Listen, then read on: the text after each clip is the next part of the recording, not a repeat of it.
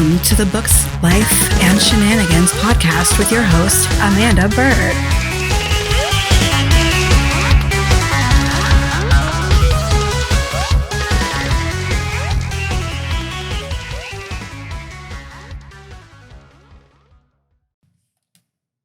Hey, welcome to this week's episode of the Books, Life, and Shenanigans podcast with me, your host, Amanda Bird.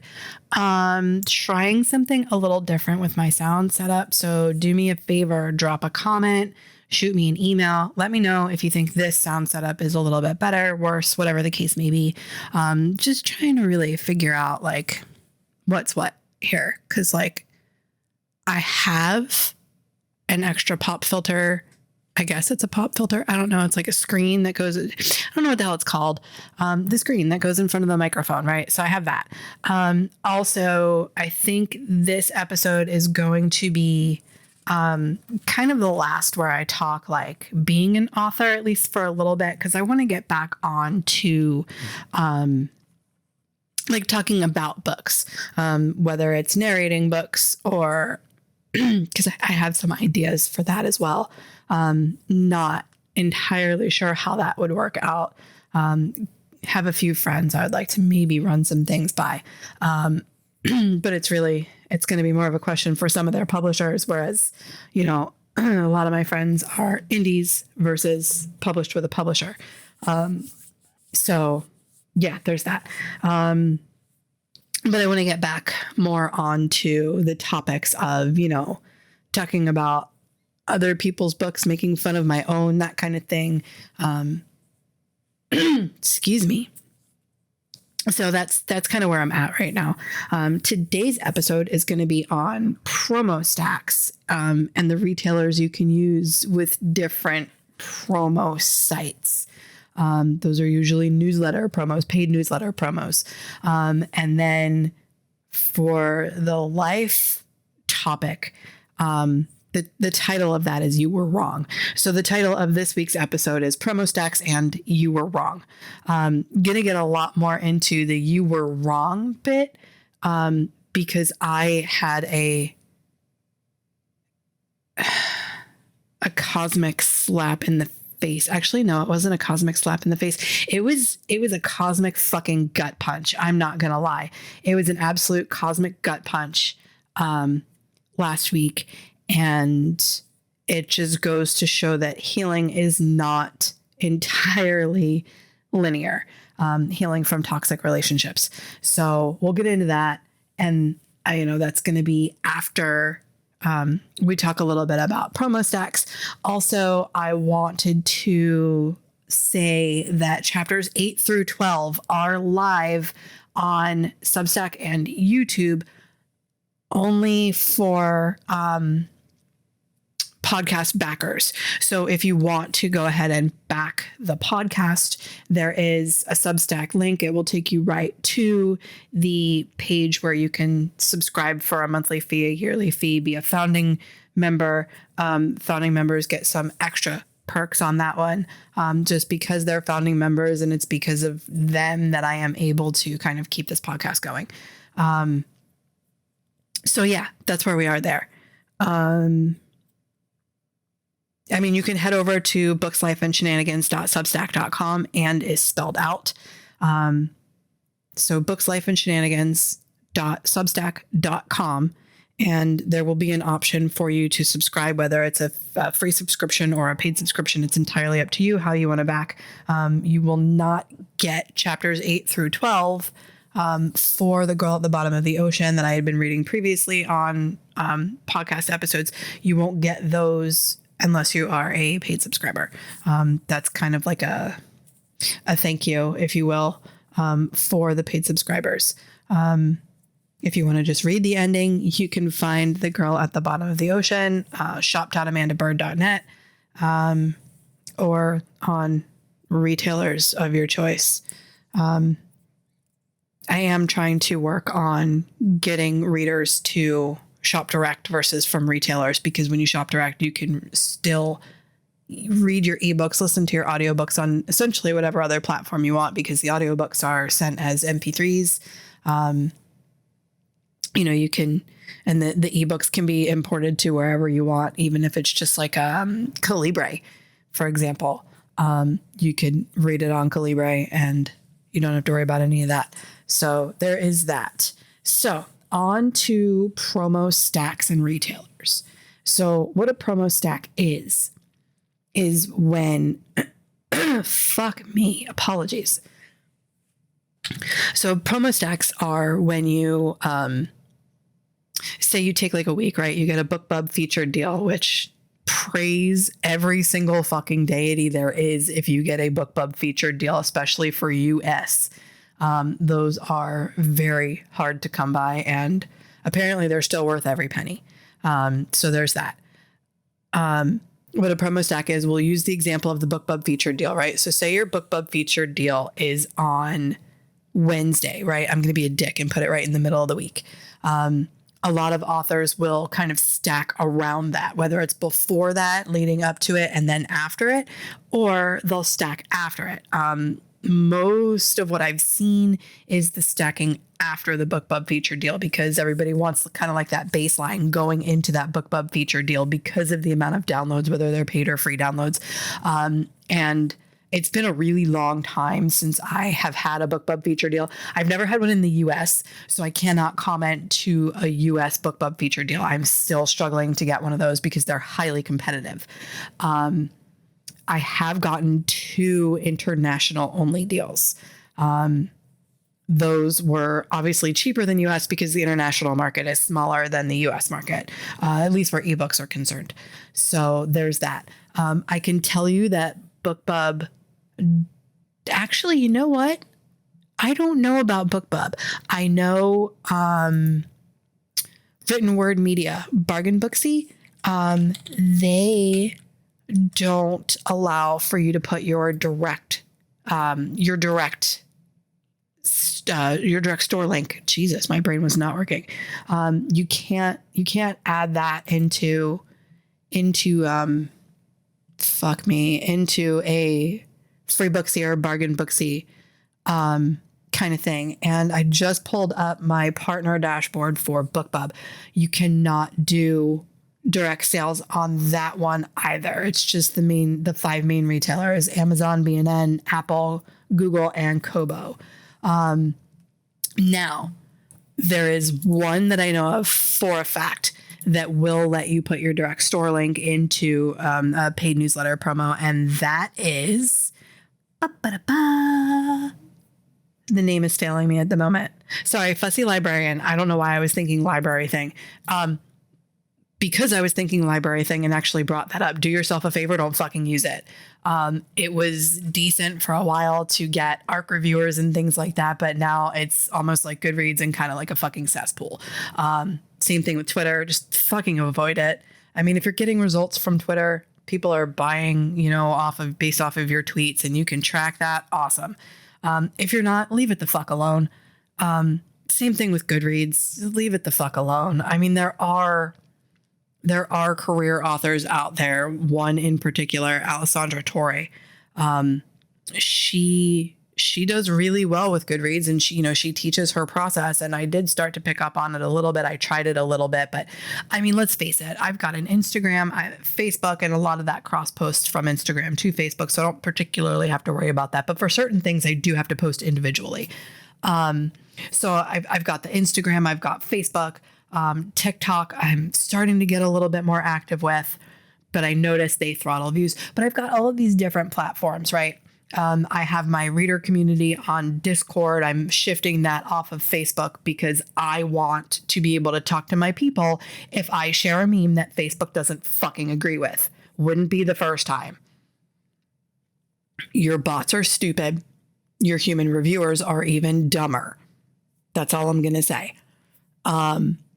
So when it comes to things like that, like picking up a new platform to post on fucking sucks. Because then you have to figure out how you're going to incorporate that into your day or your week even. When you're a part-time author and you've got a full-time job and you're suffering burnout and you're trying to heal from trauma, like, hey, look at me. Hi, I'm here. And trying to add new things into my book business is just not working. So I'm going to focus on where my book business is now, and it's going to be some time before I start maybe cutting some things out. Hell, I've actually been contemplating TikTok Shop, but I think I'm going to wait on that for a little while. Just because I've seen them throttle my views. They're throttling my posts because I had one that I posted, that hit like 900 views in a few hours, or close to 900 views in a few hours. And then the next day I posted and got like 260. The day after that I posted and got another 260. So yes, they're throttling views. I don't give a fuck what anybody else says. I don't care about posting 3 times a day and stalk your audience to see when they're there. I don't care what these gurus are saying. It didn't work for me, so I backed off. Right. So now I try to post more sporadically because that's where my views come from. That's where my followers come from. When I post more sporadically, it seems to work better. So that's kind of where I'm going to go with it. I've posted, 3-4 days in a row recently, and it's just not going to happen. So back to promo stacks, right? So you stack. So you've got that BookBub on Wednesday. You want that BookBub to kick off all of this, right? Because for whatever ridiculous reason, you're in KU. So you only have 5 days of Kindle countdown deals, right? So now you got to figure out how to plan that. Or you can do, like a 7-day, 5-day, whatever, temporary price drop. Something nonsensical like that. I can't quite remember. You know what? Let's pull it up while I have it open. So marketing, come hither, Kindle Direct Publishing. You can do a free book promo or the Kindle countdown deal. The free book promo lasts for so many days. The Kindle countdown deal, again, so many days. I think they're both like 7 days. Only one promotion can be used per enrollment period. An enrollment period is 90 days. So you can only use one Kindle countdown deal or one free promo book, one free book promo. One. You can't run both of these in a 90-day time frame. You can only pick one of these, right? So it's kind of a pain in the ass. So unless it's a 99-cent book already to begin with, let's face it. Why screw yourself like that? So another reason to be wide is you can control your promo prices whenever the fuck you want. The only thing you have to worry about is Amazon price matching. Amazon price matching has always been a problem. It will always be a problem. Whether you get a canned bullshit email and they outright refuse, and 3 days later your price still hasn't been matched, or the bots automatically price match, or you get that canned email and then the next day you happen to see that they've price matched anyway, but they didn't tell you. There's just so many different variables that go into that with Amazon, because you will never get consistent responses and or help from KDP. I don't know why. It's infuriating. It's aggravating, right? So if you are KU, you need to plan this very carefully. I'm not going to sit here and tell you how to plan your KU, because I could not be any clearer when I say what I'm about to say. Fuck Kindle Unlimited. Fuck exclusivity. I was there. I left. I got scared. I went back. And then I finally said, fuck this. I'm tired of having my hands tied. There's only so many things I can do when it comes to promos and da-da-da-da-da-da. I can't send a free book to somebody just because I want to, or just because, hey, I'm doing this random giveaway. I can't do that because that all breaks KUTOS. Well, you know what? Fuck that. I want to do, they're my books. It's my IP. No retailer is going to tell me what I can and cannot do with it. So I left exclusivity. You have to remember, your books are your product. They are your IP. IP is intellectual property. They are yours. So you really need to figure out, do you want to put all of your eggs in this basket? Do you want to be essentially handcuffed for 90 days where you can only run one promotion every 90 days? You can't do a perma-free if you're in KU. You cannot have a first free in series or a first in series free if you're in KU. There's a lot of things you cannot do in KU. So there's no fucking way I'm going back. I like having that control because it is my work, my labor, my time, my effort, my fucking readers, Amazon. Do I have followers on Amazon? Absolutely. Am I trying to get these people to sign up for my newsletter so that they can follow me more directly so that I own that data? Abso-fucking-lutely. The big push these days is direct so that we own that data, because any of these major retailers can fall. They can decide, you know what, screw this. We're not making enough money on ebooks. We're going to fold. Hell, that's what everybody's afraid is going to happen with Amazon anyway. Kindle is Amazon's loss leader. Amazon gets their money from data. AWS web services and all of the data they can squeeze out of you. Why do you think that A9 algorithm is so fucking stellar? All of that data we give them. Look, I'm going to sit here. I'm not going to lie. I give it to them too. I give it willingly to Amazon before I give it to, I don't know, TikTok, I guess. But I'm on TikTok too. And it's funny because my follows are so widely spaced out. TikTok doesn't know what to do with me, which is probably another reason why my shit doesn't get seen very often, but I use the right hashtags and that's the end of it. So back to these promo stacks. So let's just say in our hypothetical example here, you're a KU author and you've got one book. It's your first in series. You're going to run it free for 5 days, right? So Monday through Friday, you're going to run it free. So you've got that BookBub on Wednesday and you're trying to book for the other 4 days, right? So you've got Free Booksy on Monday. You've got Fussy Librarian on Tuesday. Wednesday is that BookBub featured deal.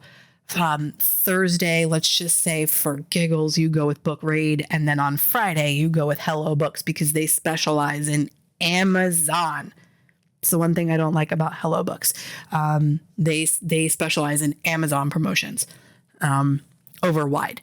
Now, nothing against Mark. I think he's great, and I love that he's more socially awkward than I am, and I love that he's just a genuine human being who feels like he needs to give back. So that's what he does. He gives back.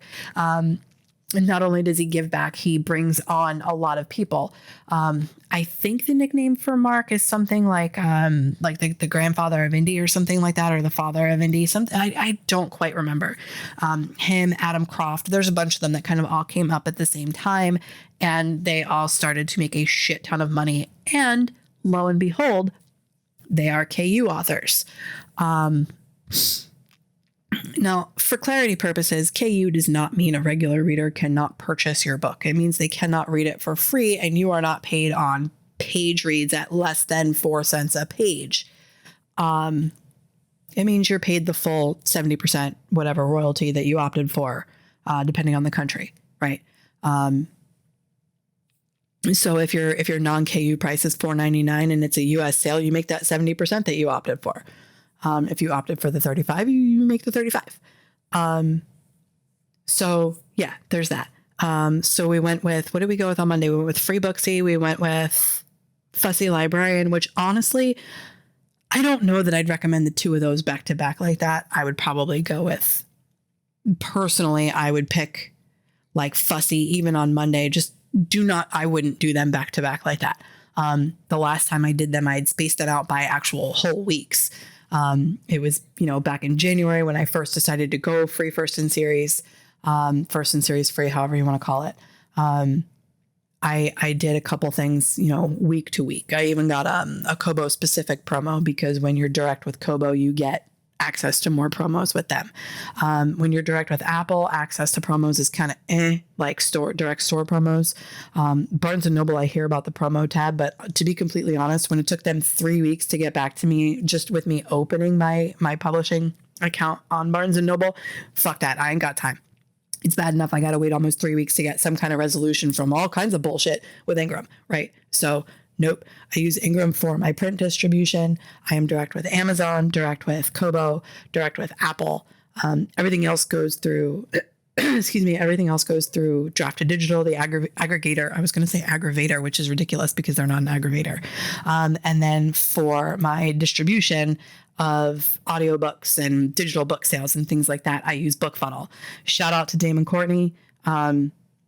He runs BookFunnel is fucking amazing. Like if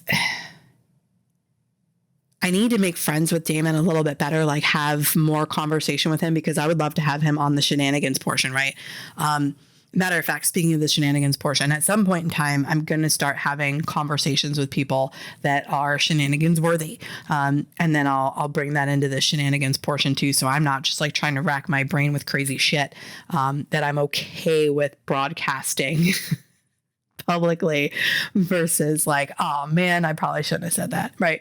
So, yeah, so that's where the shenanigans portion is headed, at least, in the future. The near future, I'm not really sure. The long future. Yeah. So you've got, this is your week, Monday through Friday, right? Monday is free Booksy, because you're doing that free first in series. Free Booksy, you can go one of two ways. You can go individual book, or you can go series promo. If you have 3 to 5 books completed in that series, go for the series promo. Here's why. That sell through is what's going to earn the money back for that promo. I'm at 7, and I started that series promo when they first started offering it. I think I was at 4 books. Should not have done it at 4 books, but that's just my series. Just like anything else, your mileage is going to vary. So you've got free Booksy, and say you do the series promo, right? Tuesday, you've got Fussy Librarian. Now you can't do a series promo, but you can put direct store links in that. I have gotten things from Fussy Librarian direct. I got a lot more than I would expected, honestly, or than I did expect. Than expected. I don't know what's happening right now with my brain in my mouth. So would I use Fussy Librarian again? Absolutely, specifically because I can throw direct links in there. Now it's been, I don't know, 8 months or so since I ran a Fussy Librarian promotion. So I'll probably run another one again soon. It would be great if they would also do like a series promo instead of a single book, because I think that would be super helpful. Especially for those of us particularly trying to do newsletter promos for direct sales. Wednesday, you've got that BookFunnel or BookBub. So with BookBub, I hear the tail on those is pretty long, and it does help with series sell through, because there are people who are going to go for the whole fucking series. So there is that. Still praying to the BookBub gods on that one, though I did accidentally find out that someone, I don't know how they found me. I am tempted to ask. Someone who works at BookBub has gotten books from my direct site, and I love this person for that. I just would love to know where the hell they came from. Was it a Facebook ad? Was it a newsletter promo that I did on BookFunnel? Did they sign up for my newsletter or something? I don't think that's quite the case, because this person came directly to my website, got 1 book, and then came back and got another one. And the only reason I know this person works for BookBub is because they probably messed up and entered their BookBub work email address instead of their personal email address. And now I'm like, it's unethical to reach out to this person on their personal email address and be like, hey, so I noticed that you're in here as a customer twice and you've got your BookBub, but I'm really curious. How did you find me? Right? That's probably unprofessional. So I'll probably do some poking in some of the wide circles to see what the recommended steps are, because I'm very curious to know how that person found me. So BookBub has a tail. Sell through is apparently a fucking gold mine. I mean, not like it used to be with BookBub feature deals, but they're still earning back for the most part from what I'm seeing. And then Thursday, you've got, what did I say? Book Raid. I wasn't thrilled with my Book Raid promo. Actually, no. Maybe it was hang on. Okay, so going back to my marketing planner here, I actually did free Booksy 1 week. Kept submitting for BookBub feature deals. 2 weeks later, I did Book Raid and accidentally booked Hello Books at the same time. when trying to figure out my ROI on these promotions, to do two in the same week is probably a bad idea, even though I did Book Raid on a Tuesday and Hello Books on a Friday. Hello Books was only on Fridays. I think they just made an announcement where they're doing like Mondays now or other days of the week now. So it might not be just Fridays anymore with Hello Books. So I did a single book on FreeBooksy on a Tuesday. That day on Amazon, I got 1,100 downloads. Mind you, I was only tracking the free book downloads. I was not tracking sell-through. Sell-through for me didn't start kicking in until February because there are a lot of freebie seekers out there. And I know I am personally guilty of, I'll download a free book and not read it for 6 months, and then I'll get into the rest of the series. But that's because that book just isn't that high on my priority list. That's just me. That's how I operate when it comes to reading books. Like I've got a physical TBR stack. I mean, when you see the video episodes, you can see that physical TBR stack behind me, and it's not getting any smaller. I'm either adding to that physical TBR stack because book addiction, or I'm, trying to catch up on my ebook stack or my audiobook stack because y'all, reading is the best bad habit ever. Best addiction ever, I think. So, where am I at here? Okay. So that was my FreeBooksy. So I measured that for a week. The tail on the FreeBooksy single book was done after a week. Book Raid day of promo, Amazon downloads 300. Hello Books, Amazon day of promo 364.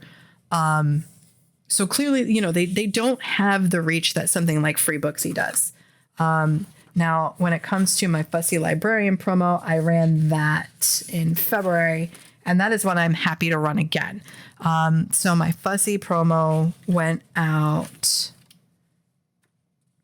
on a Thursday, and that netted me almost 600 downloads plus a couple extra sales. And those were direct on my website, if I'm not mistaken. So yeah, I haven't done any promos since any paid promos since February, aside from Facebook ads. And those I just look at the reports for, which I'm still fucking fighting with those two. I'm going to have to reach out for some help because I cannot get these reports to show me what I'm trying to look at. Trying to look at current month and the creative, and it's just not. So I'm going to have to reach out to maybe Mal Cooper, and post a screenshot or something in the group and ask for a little bit more help here. Though Mal and Jill Cooper have some software coming out shortly, that will show me that data much better than I'll ever get it out of Facebook. So I'm super excited for that. But yeah, promo stacks, there's different paid newsletters out there. There's a lot of paid newsletters out there. Do not use a service like BK Nights on Fiverr, because that will absolutely muddy your also bots on Amazon. It will screw with them so bad. Just don't. It's a good service. It gets you a lot of downloads, but it's going to ruin your also bots, and it's going to take you months to get those back. So make sure you're targeting, your genre or super close genres, with these paid newsletters, because you're not going to see an ROI if you're targeting the wrong places. So that is my spiel and random brain attacks on promo stacks.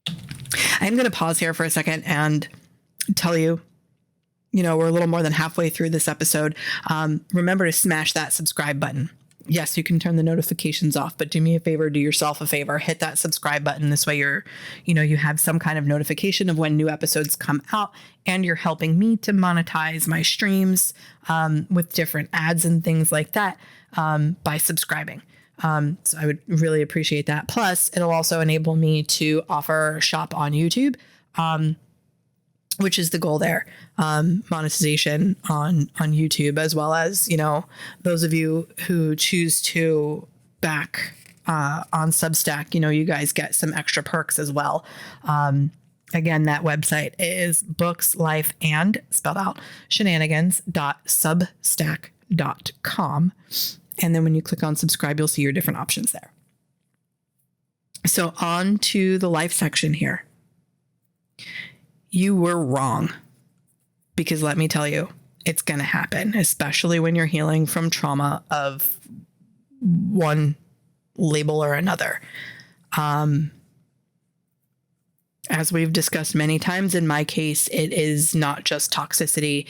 It is a narcissistic marriage.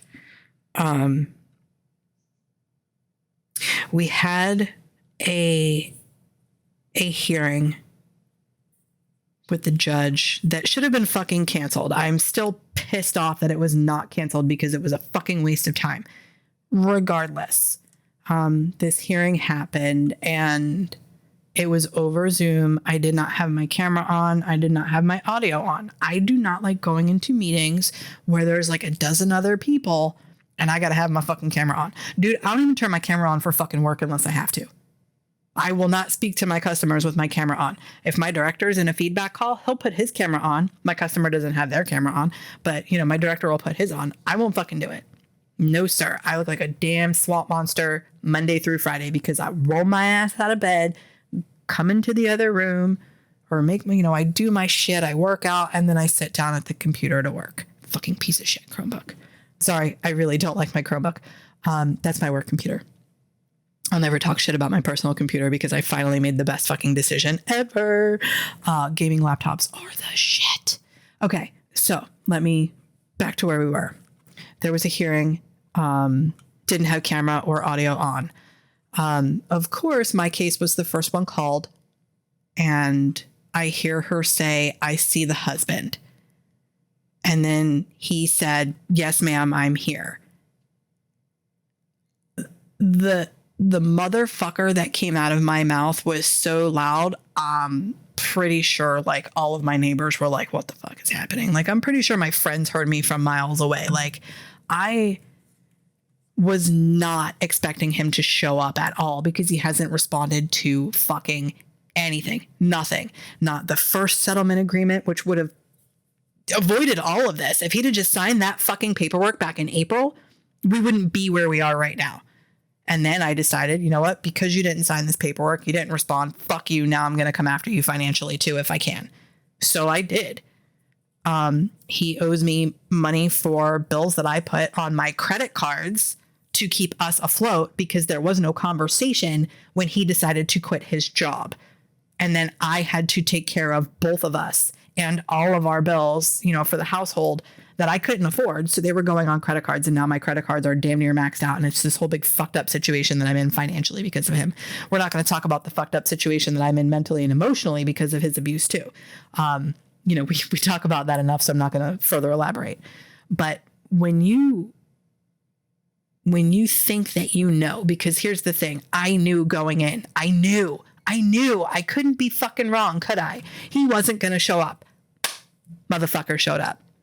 Shit ain't cool. It's not cool because let me tell you, that sucked all of the wind out of my sails. That drained me of all energy. And then the judge was like, I don't see the wife. And I had to turn my camera on and I had to turn my audio on and let her know that I was here. Now, luckily, I did not shift my camera, so you couldn't see below the bottom of my glasses, and they're not very big glasses, so you couldn't really see that. Actually, I think I might have been cut off at the bottom of my glasses, so you could really only see my eyes and my forehead. So I purposely just kind of kept staring into the camera so that my face wouldn't necessarily change, especially once he started speaking. It was a waste of 3 fucking minutes of the judge's time. It was a waste of 3 minutes of our time. It should have been fucking canceled. And then a couple days later, the divorce was supposed to have been finalized. And my lawyer's like, "Hey, I'm not going to be able to make it." Bitch, what? It's because of you that this is happening in the first place, because I did not want to send that initial settlement paperwork. I wanted to hit him with being served and be fucking done with it, because this is a no contact situation.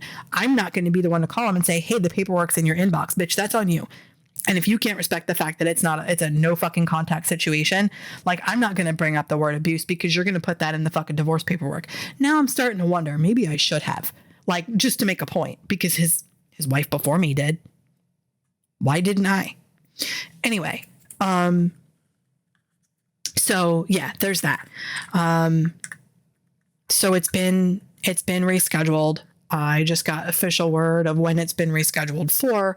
I don't like it because I am going to have to work the next day, and I know I am not going to be, I'm sure I have customer calls, and I'm just not going to be me, right? I'm going to be fighting like I was when I first filed for divorce. So, like, I'm going to be fighting that emotional roller coaster. I saw him. I couldn't breathe. I couldn't stop shaking. My heart was trying to pound out of my chest.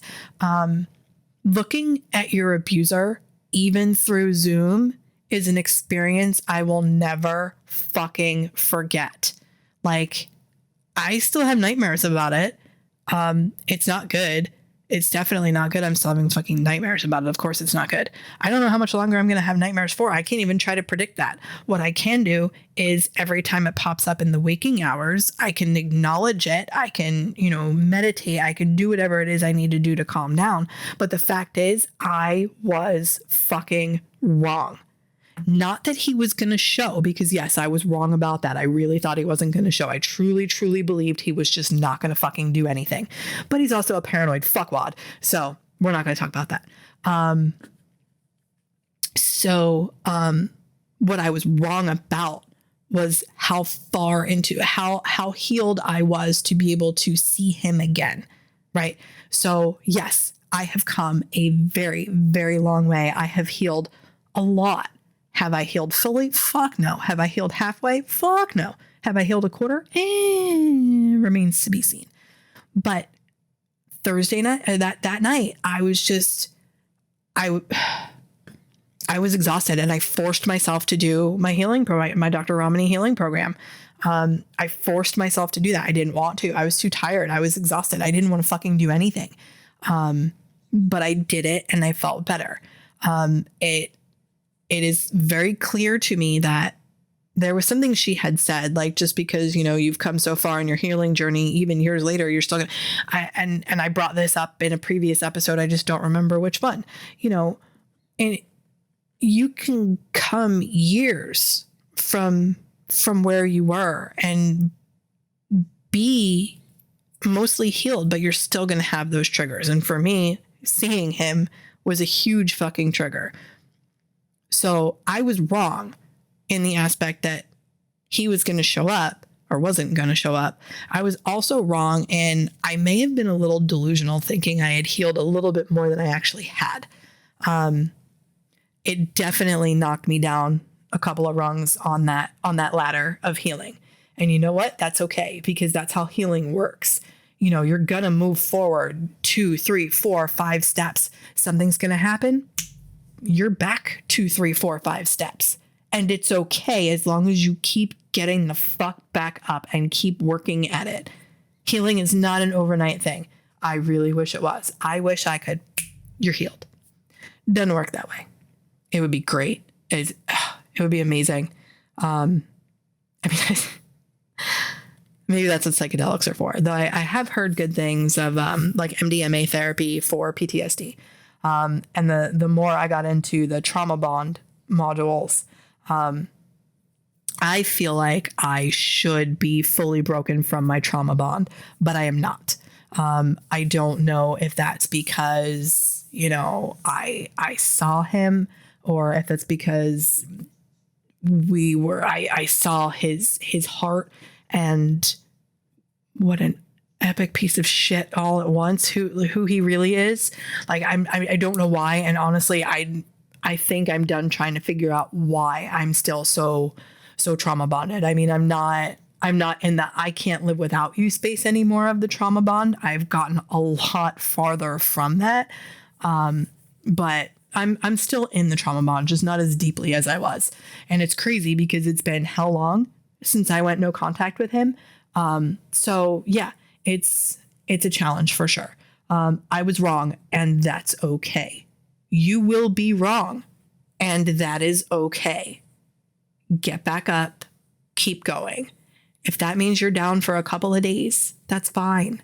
Acknowledge the feelings and usher them on their way the fuck out your door, because they do not need to be staying. I promise you. My mantra is I feel you, I acknowledge you. Now you can go. And if I notice they're still around a few hours or a few days later, I have that, I repeat that mantra however many times I need to, because that's what I need to do for me to heal. I see you feelings, you're here, I feel you. I acknowledge that you're here. I acknowledge that you exist. I acknowledge why you're here even. Fuck all the way off. You're here, cool. I'll sit with you for a little bit and then you can go. They don't belong in my life for an extended period of time. For me, an extended period of time is a few days. Just because I've lived this for over 2 years now, and these feelings keep coming back, and they're going to keep coming back, right? Anytime a trigger, and basically whenever, they're going to keep coming back. I say it out loud because it helps me more to say it out loud. So I'm going to tell you, if you want something to tell those feelings that come up, that you feel them, you acknowledge them, and now they need to go, just say these words. Feelings, I feel you. I acknowledge you. I'm going to sit with you for a little bit. Okay, you can go. You're not welcome here anymore. It's that simple. Now, I am never that polite to my feelings. And if it's, a hectic day at work or a hectic day at home, I'm doing 15 different things at home, or I'm burning the candle at both ends with all of my jobs. I will sit with them for a few minutes, and then I'll really sit with them before I go to bed, because nobody likes going to bed in a shitty mood. Whether it's sad, angry, nobody likes going to bed feeling negative.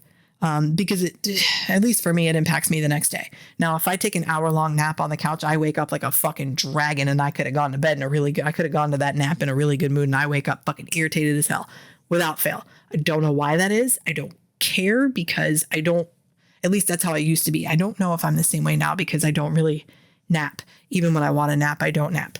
I refer to sleep as naps, because, you should be getting, 4, 6, 8 hours of sleep by 3, 4, 5. So to me, that's a nap. And it's also a nap in my bed, because I nap on the couch and I actually sleep in bed. It's a weird, my primary care physician is also a sleep specialist. So she's actually who got me into doing that. And it's worked wonders. And so do Delta 9 and CBD gummies. Oh, I sleep they're amazing. So yeah. Acknowledge your feelings, sit with them. If you can't sit with them at that moment in time, hey, I'm acknowledging you. We'll have a discussion later. I know it sounds crazy to say it out loud, but we all talk to ourselves, right? I do it in public. I don't give a fuck. I will talk to myself in public. So if you see me out in public and my lips are moving, but I ain't on the phone, and there's my phone's not up to my face, or my watch isn't up to my mouth, or you don't see an earbud, chances are I'm talking to myself. I don't care. I'm gonna talk to myself. It's how I work things out. And honestly, I don't give a fuck if anybody else cares either. That's just me. So, you might not be the type of person to talk to yourself in public, and that's all well and good. It really is. But you're not necessarily talking to yourself out loud at this point. You're talking to your feelings, right? Because your feelings do hear you, as weird as that sounds, but they hear you because they live inside of you. At least that's how I break it down. That's part of my rationale for speaking the words out loud. But I also know that if I don't speak the words out loud, I'm not actually going to acknowledge my feelings and sit with them and then kick them the fuck out.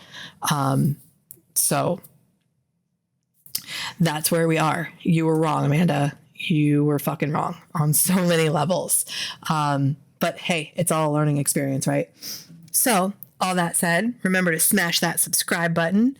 I don't know about going all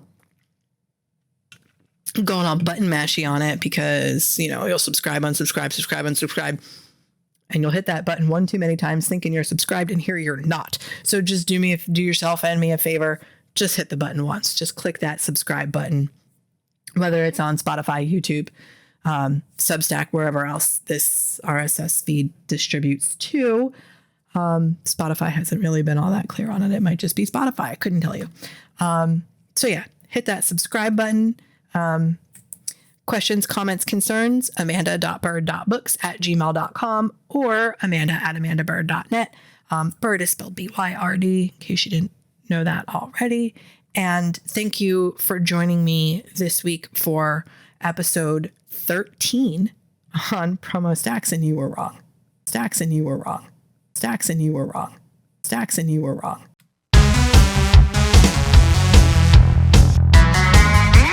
This has been the Books, Life, and Shenanigans podcast with Amanda Bird. Song credit, audionautics.com. Intro action, AUDIONAUTIX.com.